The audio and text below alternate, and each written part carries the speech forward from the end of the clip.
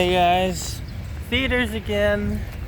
We're gonna go see a movie I meant to see earlier, but I was on vacation when it came out, and last week I was busy, so finally gonna go see it. Let's go get inside. It's super hot in here.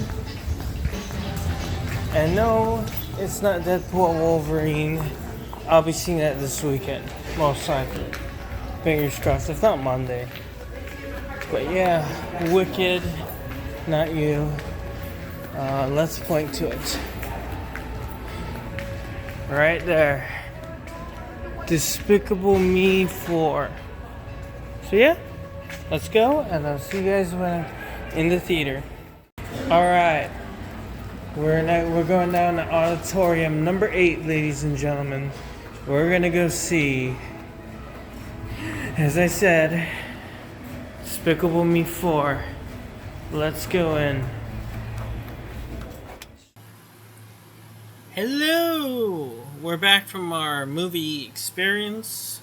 Of course, time to talk about the film itself. I'm going to give you a brief rundown, and then we're going to talk about my thoughts of the film, and then we're going to go into a little bit of the spoilers. I'm not going to give away too much. So this time, it's pretty cool.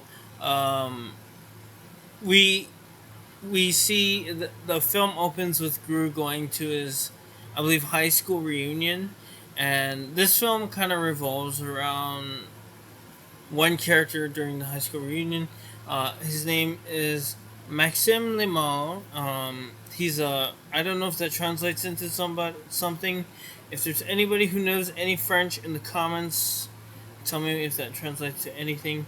I'm probably butchering the hell out of it. So yeah. Maxime Lemont, if you can translate that down below, comments, thank you very much. Very good. So, with that in mind, we see the movie opens up with him going to the reunion and, going undercover and basically, arresting him. But because of that, that compromises their location and whatnot. So they have to move because of it.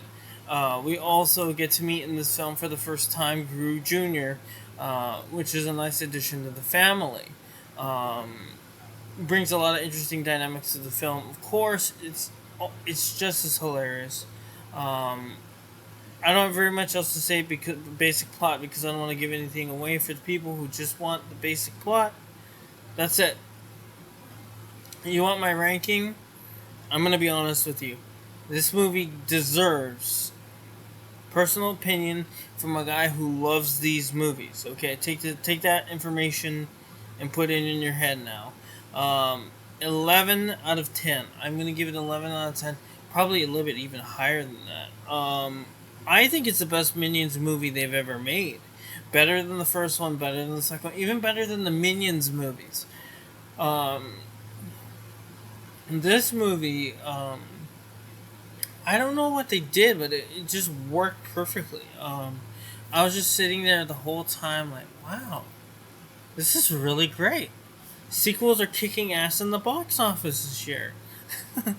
I don't know. I've been watching the originals. I've been watching this year are just okay, but the sequels are doing very well. Ghostbusters and Inside Out 2, and then now this one was absolutely awesome. I really liked it. Part of the reason why I liked it is spoiler territory, and I'm not going to mention that now, but it's just as funny, just as heartwarming, just as great as the other 3 movies in the franchise, if not even better this time around. So yeah, if you're not interested in spoilers, out the door you go. Not in a mean way, but yeah, I'm going to talk about spoilers now. I'm going to give you a countdown.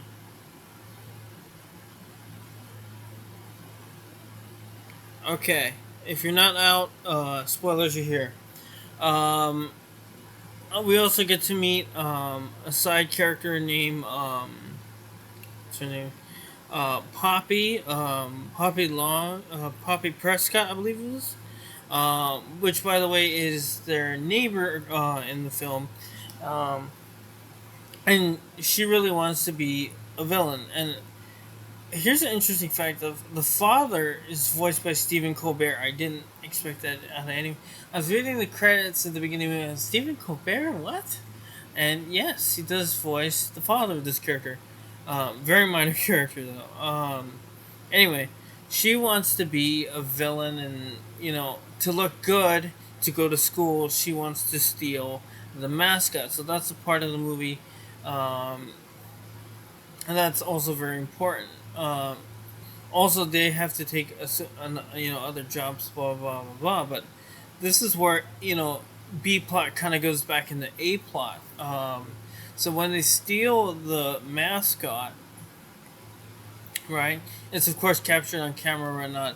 Of course, everything goes wrong in typical Despicable Me fashion.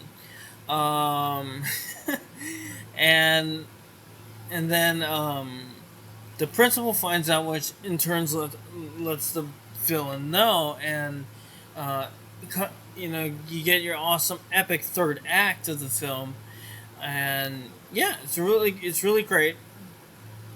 But my favorite part of the movie is actually oddly the end. The very end of the film is my favorite part, and here's why. Um, it's as a fan of these movies as well. So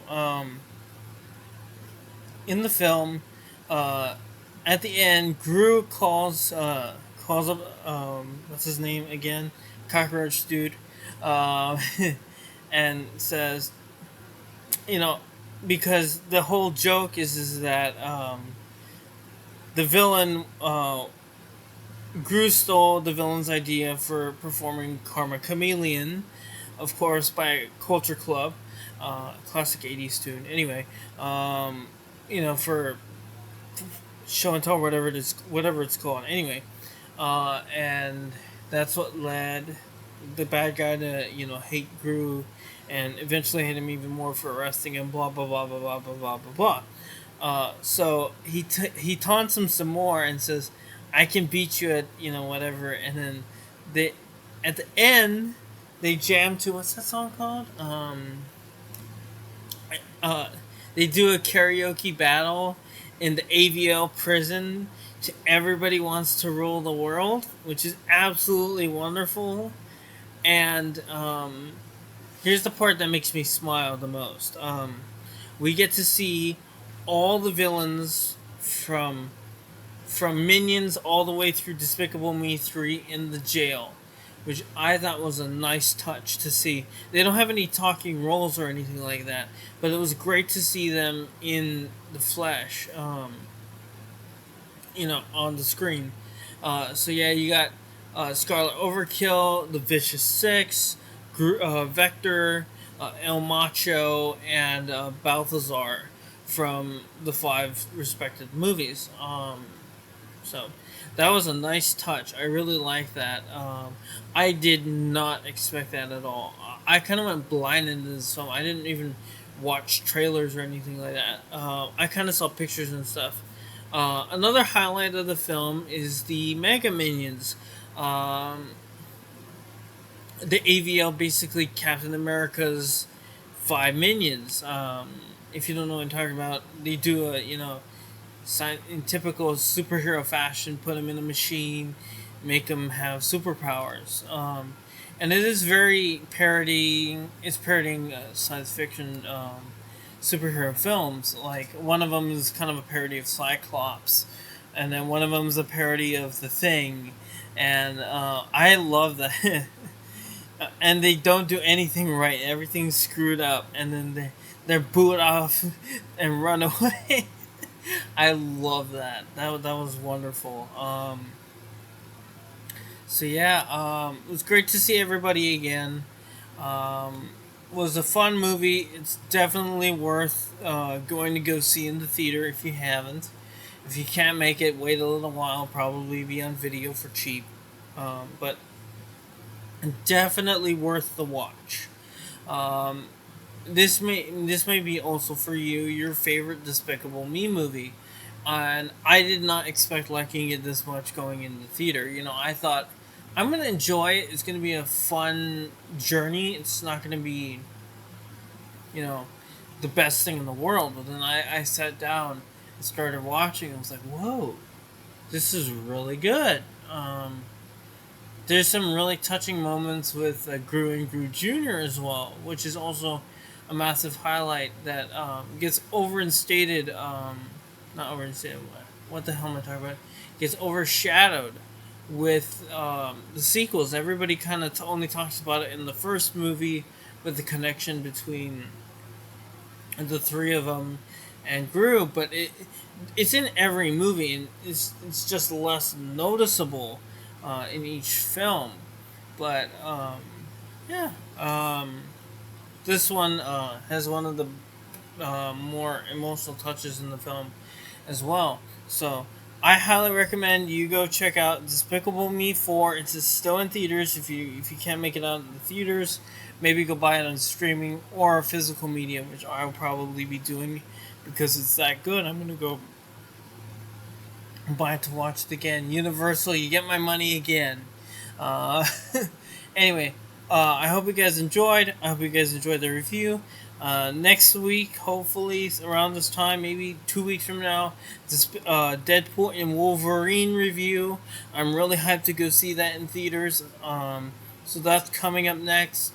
Patrons, you're also getting a tier list. Let's see what's on the chopping block for this week. I don't even remember. I believe this week is White Zombie. So for you patrons, very good. You get to watch White Zombie, and then yeah, Prime Week video should be coming up soon. I have a bunch of stuff coming, and they'll be probably here by the beginning of next month, beginning of August. So be on the lookout for Prime Day video. And yeah, that's pretty much all I have. I'll see you guys next time. Peace, everybody. All right. Hello. Yeah. Hope you guys enjoyed the review. If you could, please subscribe to the channel. It does help us out a lot.